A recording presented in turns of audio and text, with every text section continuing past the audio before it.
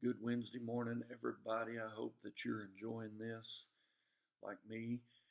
We've been talking the last few days about temptation or the test and how to take the test. And yesterday we looked at how to pass the test. And we've got a couple other ways we can look at passing the test. And one way is when Jesus went to be tempted, the devil took him up on a high place and showed him all the kingdoms of the world and the riches thereof, or the glory thereof, or the wealth in them. And he said, if you'll fall down and worship me, I'll give you um, the kingdoms.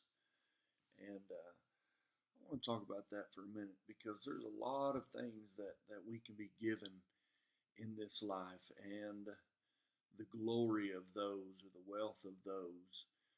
And it comes about with what we worship. We're going to talk about worship even tomorrow, but the devil said, if you'll bow down and worship me, I'll give you these kingdoms.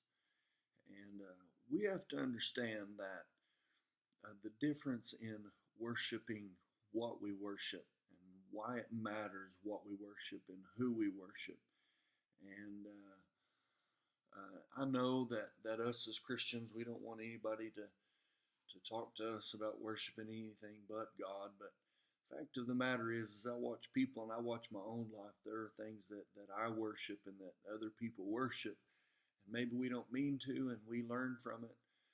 But the kingdoms that come from those things, they'll never last. So when the devil showed him the wealth of those kingdoms, Jesus knew that the wealth of those kingdoms would never last.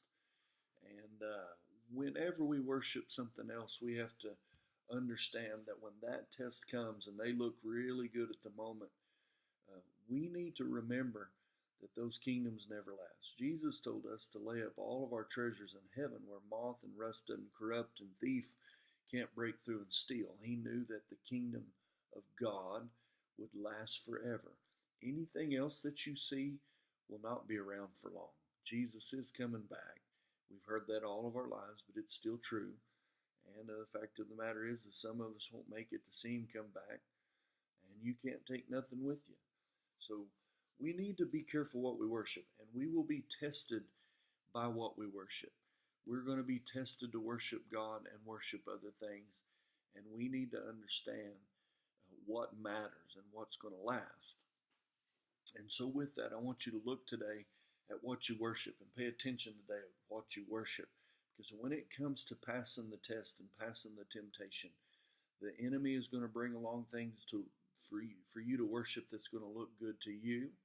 Maybe not look good to me, but look good to you, and try to draw you away from your worship of your Father, which is in heaven, so that when you receive that kingdom, the only kingdom that's going to last. So today, part 2 of passing the test is you got to pay attention to what you worship. We want to make sure that we're worshiping what matters and what is meaningful and what is going to last. God bless you this morning.